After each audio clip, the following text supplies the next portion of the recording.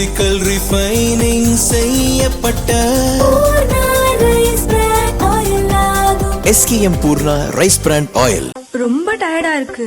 இயற்கையான டேட்ஸ், பாதாம், பிஸ்தா, cash and honey கொண்டு தயாரிக்கப்பட்ட லயன் டேட் நட் பைட்ஸ்.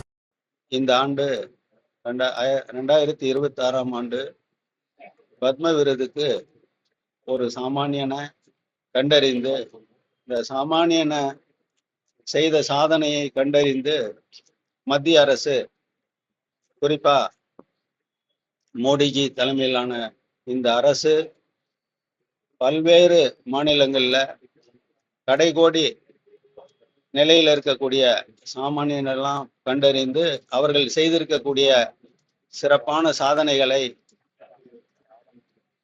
புரிந்து அவர்களுக்கு இந்தியாவினுடைய உயரிய விருதான இந்த பத்மஸ்ரீ விருது, பத்மபூஷன் விருது, பத்ம விபூஷன் விருது என பத்ம விருதுகள் ஆண்டுதோறும் அறிவித்து வரும் இந்த தருணத்திலே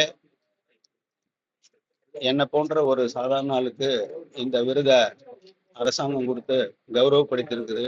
இதுக்கு முதல்ல மனநிறைவான நன்றியை மத்திய அரசுக்கு இந்த நேரத்தில் நான் தெரிவித்துக் கொள்ள கடமைப்பட்டிருக்கிறேன். தொடர்ந்து நீங்க இந்த பாரம்பரிய முறையில மெழுகு வச்சு இது பண்ணிட்டு இருக்கீங்க. பிற்கால சந்ததியை இது தொடருவாங்களா, இல்ல அவங்களுக்கு என்ன மாதிரியான கருத்துக்களை சொல்ல விரும்புறீங்க? அருமையான ஒரு கேள்வியை முன் வச்சிருக்கீங்க.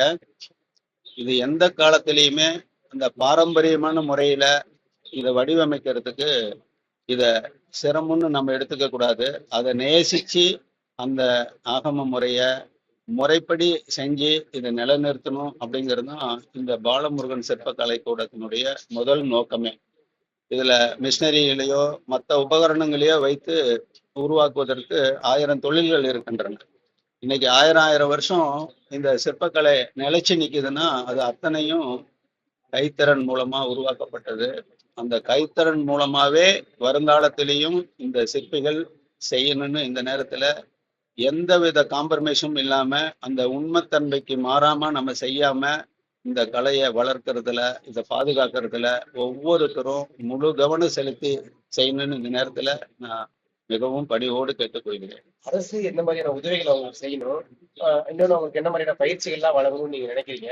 அரசுக்கு என்ன கோரிக்கை வைக்கிறீங்க? மத்திய மாநில அரசு மத்திய அரசு தமிழ்நாட்டுல குறிப்பா சொன்னா கடந்த ஒரு 15 வருஷத்துக்கு முன்னாடி எல்லாம் ஒரு மாநில விருது அப்படிங்கிறது ஒரு 1000 ரூபாய் 5000 ரூபாய் ஒரு பணமுடிப்பு கொடுத்து ஏதோ ஏனோ தானோன்னு போன காலம்லாம் போய் இன்னைக்கு மாநில விருது அப்படின்னு சொன்னாவே ஒரு மதிக்கத்தக்க அந்த கலைஞர்களை ஊக்குவிக்கக்கூடிய அளவுக்கு தமிழக அரசினுடைய வாழும் கலை பொக்கிஷ விருதுங்கிறது 1 லட்சம் ரூபாய் பண முடிப்பு கொடுத்து தாம்பர பட்டயம் கொடுத்து இந்த 60 வயசு 65 வயசுக்கு மேல அவங்க கிட்டத்தட்ட ஒரு 30-40 வருஷம் இந்த துறையில ஹார்ட் ஒர்க் பண்ணனவங்களை கௌரவப்படுத்துற அளவுக்கு இந்த சிற்பக்கலை துறையில அந்த துறை ரொம்ப சிறப்பா செஞ்சிட்டு வராங்க.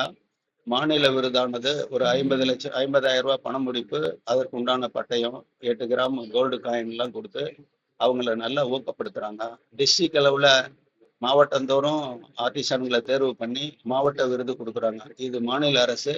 இதை இல்லாம தனிப்பட்ட முறையில ஒவ்வொரு ஆர்டிஸ்டானும் சுயமா தொழில் செய்யணும்னா அரசாங்கம் இதுவரைக்கும் பார்த்தீங்கன்னா குறைஞ்சது ஒரு 3 லட்சம் ரூபாய் எந்த ஒரு பிணையம் இல்லாம அந்த ஆர்டிஸ்டானுக்கு மாநில அரசு தொழில் துவங்குறதுக்கு மானியத்தோட கடன் உதவி செஞ்சு அவங்களுக்கு வீடு வசதி மற்ற வசதி எல்லாம் செஞ்சு கொடுக்குற அளவுக்கு இன்னைக்கு அரசாங்கம் முன் வந்திருக்குது. இது மாநில அரசுக்கு மனமார்ந்த நன்றியை தெரிவித்துக் கொள்கிறோம்.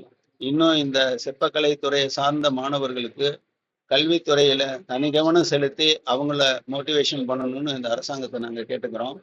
அதே போல மத்திய அரசாங்கம்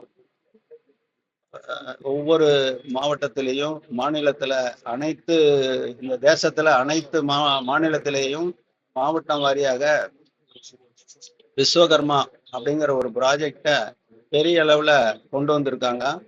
அதை இந்த கலைத்துறை கலைத்துறையில இருக்கக்கூடிய ஒவ்வொரு கலைஞர்களும் கூட்டு முயற்சியா ஒரு சொசைட்டி மாதிரி ஃபார்ம் பண்ணி அதுல அனைத்து விதமான கலைகளையும் ஒன்று சேர்த்து அதுக்கு பயிற்சி நிலையம், பாடசாலை, காலேஜ் மாதிரி விரிவாக்கம் பண்றதுக்கு மத்திய அரசாங்கம் முனைப்பா இருக்கிறாங்க. அதை நம்ம பயன்படுத்தி இந்த கலைத்துறையை வளர்க்கறதுலையும் பாதுகாக்கிறதுலையும் நம்மளை ஈடுபடுத்திக்கணும் அப்படின்னு சொல்லிட்டு இன்னைக்கு இருக்கக்கூடிய சிற்பக்கலை சார்ந்த அத்தனை நல்ல உள்ளங்களுக்கும் வருங்காலத்திலே இதை சிறப்பா செய்யறதுக்கு துடிப்பாக இருக்கக்கூடிய இளைஞர்களுக்கும் இந்த வாய்ப்பை நல்ல முறையில பயன்படுத்தி சிறப்பா இந்த அரசுக்கும் இந்த தேசத்துக்கும் நல்ல ஒரு முன்னுதாரணமா இருக்கணும். காரணம் என்னன்னா, சினிமா துறையை எடுத்துக்கிட்டா அது நிழல் கலை, இந்த சிற்பக்கலை துறையை எடுத்துக்கிட்டா நிஜக்கலை. இந்த நிஜக்கலை ஆயிரம் ஆண்டுகள் ஆனாலும் நிலைச்சு நிற்கக்கூடியது. அப்படியாப்பட்ட ஒரு கலைய சாதாரண ஒரு செய்யும் தொழிலே தெய்வம்னு சொல்லுவாங்க. ஒவ்வொருவனும் எந்த துறையை சார்ந்து இருக்காங்களோ அந்த தொழிலை அதை தெய்வமா மதிச்சு செய்யக்கூடிய காலத்துல செய்யும் தொழிலே தெய்வம்பாங்க. எங்களுக்கு செய்யற தெய்வத்தை செய்யற தொழிலே பாக்கியமா கொடுத்துருக்காங்க. இதை விட இறைவனுக்கு வேற என்ன நன்றி சொல்ல முடியும்? அதனால ஒவ்வொருத்தரும் தன்னை உயர்த்திக்கிறதுக்கு தன்னுடைய எண்ணமும் செயலையும் தூய்மையாக வைத்துக்கொண்டு இந்த துறையை மேலும் மேலும் வளர்க்கறதுக்கு உறுதுணையாக இருக்க வேண்டும்.